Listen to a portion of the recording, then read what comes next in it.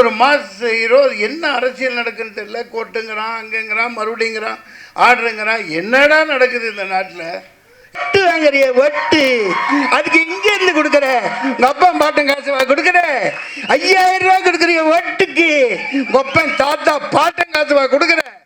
இவன் உழைச்சு சம்பாதிக்கிறான், சம்பாதிச்சு போட்டோம். அவர் ஒரு மாஸ் ஹீரோ. மாஸ் இது டயத்துக்கு வர முடியல.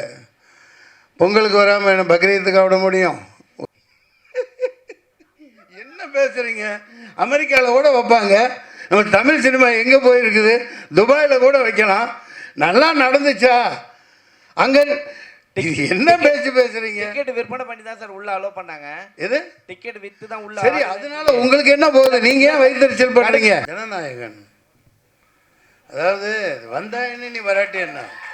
அதாவது இது விஜய்க்கு ஆதரவாவோ எதிராக இது கூட புரியாட்டி நீ எப்படி ஐயா பத்திரிக்கையாளர்? 2 வரி பேசிக்கிறேன். அதான் எவ்வளோ ஒரு வழி இருந்தால் அதான் ஒரு இயக்குனர் பாருங்கள், முரளி கிரீஷ். இதை பணம் போட்டு எடுத்திருக்கேன், எப்படி இதை வெளிக்கொண்டு வந்து எடுத்து முடிக்கணும், முடிச்சுட்டா ஒரு படத்தை முடிச்சுட்டு வீட்டுக்கு போவேன்னு சொன்னீங்க. அதை நான் ஏற்றுக்க மாட்டேன். அப்படி சொல்லாதீங்க. இன்றைக்கி நிலைமை அப்படி இருக்குது. அதாவது சினிமாவை காப்பாற்ற தயாரிப்பாளர் சங்கம், நடிகர் சங்கம், இப்படி பல சங்கங்கள் பெயரளவுக்கு தான் இருக்கே தவிர சினிமாவை காப்பாற்றுறதுக்கு எதுவுமே இல்லை. இப்போ சென்சார் பாருங்கள். இப்போ விஜய் தம்பி படம், அவர் ஒரு மாஸ் ஹீரோ. மாஸ் இது டயத்துக்கு வர முடியல. பொங்கலுக்கு வராமல் என்ன பக்ரீத்துக்கு விட முடியும்? ஒரு டைம் எப்போ அது சென்சாரெல்லாம் அதுவும் இப்போ சென்ட்ரல் மயமாக்கிட்டால் இது ரொம்ப கொடுமை. சென்சாருங்கிறது 4 ப்ரொடியூசர், ஃபைனான்சர் இருக்கணும், டைரக்டர் இருக்கணும், அந்த பாடியில் நடிகர், இந்த சம்பந்தமானவங்களும், சோசியல் ஆக்டிவிட்டி, சமூக சேவை, இந்த மாதிரி தான் இருக்கணும். இண்டிபெண்டன்ட் பாடியாக இருக்கணும். இந்த சென்சாரு, வெங்காயம், இந்த மசாலெல்லாம் இனிமேல் இருக்கக்கூடாதுங்கிறது என்னோடய கருத்து. அப்படி இருந்தால் எந்த 2 பாடி இண்டிபெண்ட்டாக செயல்படணும். இந்த தகவலை ஏன் சொல்கிறேன்னா, ஒன்று சென்சார், சென்ட்ரல் கவர்மெண்ட், எந்த கவர்மெண்ட்டும் இருக்கக்கூடாது. இந்த சொசைட்டியை பாதுகாக்கக்கூடிய மக்கள் 10-15 பேர் இதில் இருக்கணும். எந்த அரசு தலையீடும் இருக்கக்கூடாது. அடுத்து இந்த தேர்தல் ஆணையம் அது இண்டிபெண்ட்டாக, டிஎன் சேஷன் அப்படின்னு ஒரு ஆண்மகன் இருந்த வரைக்கும் அது தேர்தல் ஆணையமாக இருந்தது. அதுக்கப்புறம் கேவலமான முள்ள மாதிரிங்கெல்லாம் உட்காந்துட்டு இந்த நாட்டை நாசம் பண்ணுறாங்க. இந்த படம் வெற்றிக்கு வாழ்த்துக்கள். ரொம்ப கஷ்டப்பட்டுருக்கீங்க. மக்கள் நல்லா பார்ப்பாங்க, ஆதரவு தருவாங்க. அதிக நேரம் எடுத்துக்கிட்டேன். அடுத்த காட்சிக்கு தயாராகுதுன்னு நினைக்கிறேன்.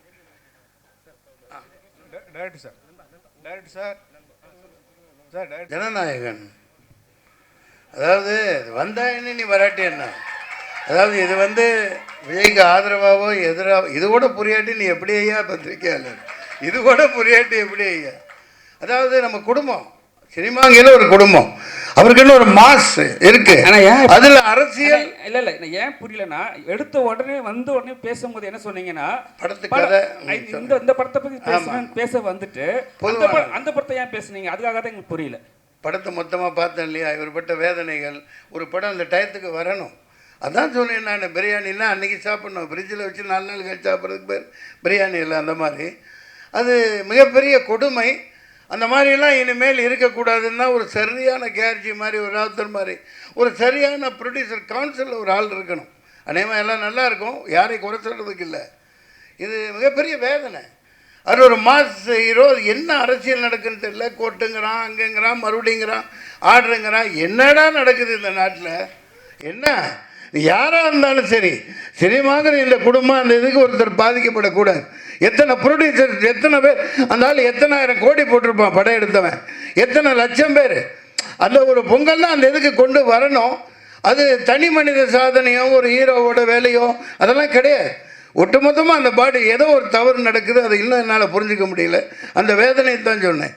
ஏன்னா இவர் தான் பணத்தை போட்டு இவ்வளோ கஷ்டப்பட்டு எடுத்திருக்காங்க இல்லையா? அதனால் இந்த சினிமாவை நம்பித்தான் நம்ம பிரஸ் எல்லாமே இருக்கும். அதனால் அதெல்லாம் களையணும்னா உண்மையான கருப்பன்கள், உண்மையான ஒரு ஆர்வலர், இந்த நாட்டை நேசிக்கிறவங்க வரணும். சார், டைரக்டர் சார், மன்சூர் சாருக்கு படம் முழுக்க இங்கேயும் சாப்பாடை பற்றி தான் பேசுகிறாரு. Okay okay sir okay. படம் முழுக்க சாப்பாடு சீன் வச்சதுக்கு காரணம் இந்த மாதிரி எதுவும் பேசிடக்கூடாதுங்கிறதுக்காக தானே. இந்த மாதிரி எதுவும் பேசிடக்கூடாதுங்கிறதுக்காக தான் சாப்பாடு சீனா? இல்லை சார், அவர் அது சாப்பிடும் போது அழகாக இருக்கார். ஏன்னா அவர் நம்ம நிறைய இப்போ பெரிய டேரக்டர் லோகேஷ் கனகராஜ் சார்லாம் சொல்லுவாங்க, அவர் சாப்பிட்டாலே ஒரு அழகுன்னுவாங்க. அதனால அவர் சாப்பிட வச்சது கண்டிப்பாக அது கதை காலத்துக்கு நீங்கள் படம் பார்த்தீங்க இல்லையா, அதனால் அவர் உண்மையிலேயே நான் அவ்வளோ சாப்பிட்றவங்களாம் கிடையாது, சாப்பிட்ற மாதிரி நடிக்கிறது தான். அந்த காலமெல்லாம் போயிடுச்சு. நான் வெஜிடேரியனாக மாதிரி நம்ம அதிகமாக சாப்பிட முடியறதில்லை. இல்லை படத்தில் அது ஓகே சார். நீங்கள் சொல்கிறீங்க சினிமா ஒரு குடும்பம், ஒரு படம் வெளியில் வரல, நம்ம சட்டத்துக்கு புறமான கருத்து இருந்தால் படத்தை சென்சார் நிறுத்தி வைக்கிறதுல என்ன தப்பு இருக்குது சார்? இப்போ இந்த படத்தை உள்ளியா? அப்படி நான் சொல்ல போனால் சொல்லுவேன், இது வேறு மாதிரி போயிடும். கேரளா ஃபைல்ஸு, காஷ்மீர் ஃபைல்ஸு, இப்போ இந்த வந்துட்டு இருக்க மத ரீதியான அப்பட்டமான பொய்யை சொல்லிக்கிட்டு இந்த நாட்டை நாசம் பண்ணிட்டு இருக்காங்களே, அதெல்லாம் என்ன மயிருக்கு எப்படி வந்துச்சு? இவன் என்ன தப்பு பண்ணா? என்ன பேசிட்டு இருக்கீங்க? நான் நியாயத்துக்கு குரல் கொடுக்குறவன். நான் சாதாரண அடிப்படை தர மட்டத்தில் தர லோக்கல்னா அதை எதிர்க்கிறேன். இந்த சென்சார் ஒரு மயிறு வேணாண்டா, மொக்கட்ட குடுறா கையில், இந்த ஆட்சியே வேணான்னு தூக்கி போடுங்க. உண்மையானவர் வாங்க, 4 பத்திரிக்கை வாங்க, 4 சொசைட்டியில் அந்த ஒரு மத ரீதியான உண்மையான ஆன்மீகவாதி 2 பேர் உட்காருங்க, சினிமாக்காரன் 4 பேர் உட்காரு, ப்ரொடியூசர் 4 பேர் உட்காரு, லிரிக்ஸ் ரைட்டர், இப்படி ஒரு 20 பேர் டீமை வைங்க. சென்ட்ரல் கவர்மெண்ட் ஒரு மயிறு வேணாம், நீங்கள் கிழிச்சதெல்லாம் போதும். நிறைய பாதிக்கப்பட்டாச்சு. நன்றி, வணக்கம் சார். வாங்க. அது வேற காலகட்டம், நான் சமாளிச்சுட்டு வெளியே வந்துட்டேன். வாழ்க்கை ஜனநாயகம்னு படம், அது நல்லா ஓடிச்சு. ஒரே ஒரு ஷார்ட் அதில் இருந்துச்சு, இந்தியா விற்பனைக்குன்னு போட்டிருந்தேன். எது இந்தியா விற்பனைக்குன்னு போட்டிருந்தேன். நான் ஒரு காயலாங்கடை வியாபாரி. அதில் மேப்பு, உலக மேப் இருக்கும், இந்தியா மேப் இருக்கும், விற்பனைக்குன்னு போட்டு மேப் போட்டிருந்தேன். அதை தூக்குனாருன்னா தூக்க முடியாதுன்னு களி. இப்போ நாட்டை நாசம் பண்ணி இந்தியாவை உண்மையிலேயே வித்துட்டு இருக்காயா? மூஞ்சியை கொண்டு எங்கேயா வச்சுக்கிறது? எல்லாத்தையும் வித்துட்டாங்க. சரி சார், நம்மளாம் சும்மா. சரி சார், படம் வந்துருச்சு. முந்தா நேற்று பாருங்க, 600 கிலோமீட்டரில் என்ன கங்கா பெரிய, எவ்வளோ பெரிய கிலோமீட்டர், எவ்வளோ பெரிய ரோடு, என்னாச்சு? தூக்கி அதானிக்கு அப்படியே கொடுத்துட்டார். 70% இந்த உனக்கு, இந்த அம்பானிக்கு. என்னடா நாடாடா இது? வித்து திங்கிறாங்க எல்லாம். கேளுங்க ஐயா. இல்லை சார்,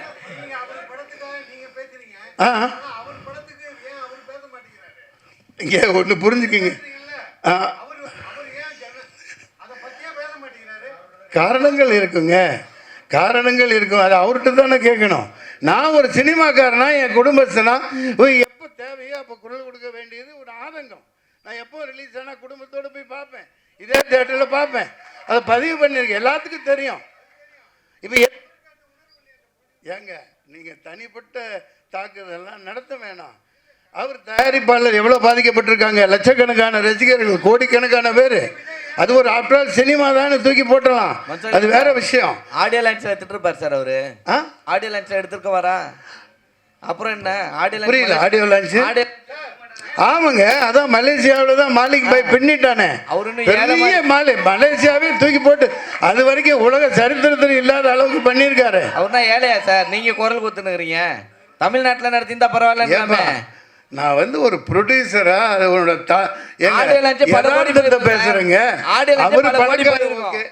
ஆடியோ லட்ச பல கோடி போயிருக்கோம். ஆமா, ஏன் தமிழ்நாட்டில் இருக்க மலேசியாவில் போய் வைக்கிறீங்க?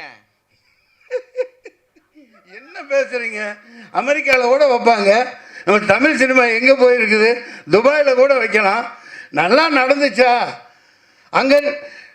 என்ன பேசுறீங்க? டிக்கெட் விற்பனை பண்ணி தான் சார் உள்ள அலோ பண்ணாங்க. எது டிக்கெட் வித்து தான் உள்ள? சரி, அதனால உங்களுக்கு என்ன போகுது? நீங்க ஏன் வைத்தறிச்சல் பண்றீங்க? கடைசி வரையும் படம் வரல, கடைசி வரையும் ஆளுங்க பண்றீங்களே. அதான் சின்ன படம், அது வெறுப்பு அரசியல் கூடாது. இல்ல கேளுங்க, நீங்க கேட்டு என்ன கேட்டாலும் நாக்க புடுங்கிட்டு சாவற மாதிரி கேளுங்க. சின்ன படம் தியேட்டருக்கு வரலனா நீங்க கேளுங்க. ரீ ரிலீஸ், கேடிவி, மொபைல் எல்லாத்தையும் போட்டாங்கல்ல, திருப்பி ரீ ரிலீஸ்க்கு தியேட்டருக்கு வரீங்கன்னு கேட்க வேண்டியதானே? இந்த படத்துக்கு யாரை சொல்றீங்க? என்ன சொல்றீங்க? உங்க தமிழ்நாட்டிலே தான் கேக்குறேன். எந்த படத்தை? இதோ இப்ப கூட தான் கீழே மங்காத்தா போயிட்டு இருக்கு, கில்லி போயிட்டு இருக்கு. லைனா புது படங்கள் வெளியிடுங்கன்னு சொல்ல வேண்டியதானே? ஏங்க இதெல்லாம் ஒரு விஷயமா? நான் கவுன்சில் இருந்தவன், நானும் தயாரிப்பாளர், நான் 11 கூட எடுத்திருக்கேன். இல்ல சார், தியேட்டர் கிடைக்கல. இப்போ அவர்கிட்ட டைரக்டர் கேளுங்க, அவர் ப்ரொடியூசர். அதுதான் நண்பரு, தியேட்டர் கொடுக்க மாட்டேங்கிறாங்க, ஓடிடி கொடுக்க மாட்டேங்கிறாங்க. இதெல்லாம் சேனலைஸ் பண்ணணும், சரியான ஒரு பாடி இருக்கணும். இராணுவம் மாதிரி ஒரு நம்ம தயாரிப்பாளர்கள், ஏன்னா அவங்க தான் கடவுள்கள், அவங்க தான் முதலாளிகள். அதனால் சகோதரர் கேட்டார், நண்பர், பழைய நண்பர் தான் அவர். நான் இவருக்கு வக்காலத்து வாங்குறதுக்கெல்லாம் வரல, ஆதங்கம். அவர் பேச மாட்டேங்கிறாரு, பேச மாட்டேங்கிறார். சார் மன்சூர் சார், அவர் 2000 ரூபா அவர் ரசிகர்களையும் டிக்கெட் வித்து வதைக்கிறாரு. படம் ரிலீஸ் ஆகலன்னா ப்ரொடியூசர்ஸ் ஆகுறாங்க. அவர் பேச மாட்டேங்கிறாரு, நீங்க எல்லாம் பேசி என்ன ஆக போகுது சார்? நான் அவர் நாளைக்கு அரசியல்வாதியை வந்து என் உடம்புல ரத்தம், நடிகர் ரத்தம் ஓடுது இல்லையா? மீடியாவே மீட் பண்ண மாட்டேங்கிறாரு சார். நிமிஷம், நீங்க 2000 ரூபாய் வாங்கிக்கிட்டு அவரு சினிமா காட்டாருன்னு சொல்றீங்க. அதுக்கு பவர் இருக்குது, வாங்குறவன் வாங்குறான், கொடுக்குறவன் கொடுக்குறான். நீ அதே 9,000 ரூபாய் கொடுத்து ஓட்டு வாங்குறிய, ஓட்டு அதுக்கு இங்க இருந்து கொடுக்குற, உங்க அப்பா பாட்டன் காசு கொடுக்குற. 5000 ரூபாய் கொடுக்குறிய ஓட்டுக்கு, ஒப்பன் தாத்தா பாட்டன் காசு கொடுக்குற. இவன் உழைச்சு சம்பாதிக்கிறான், சம்பாதிச்சு போட்டோம். வாங்க வாங்க வச்சு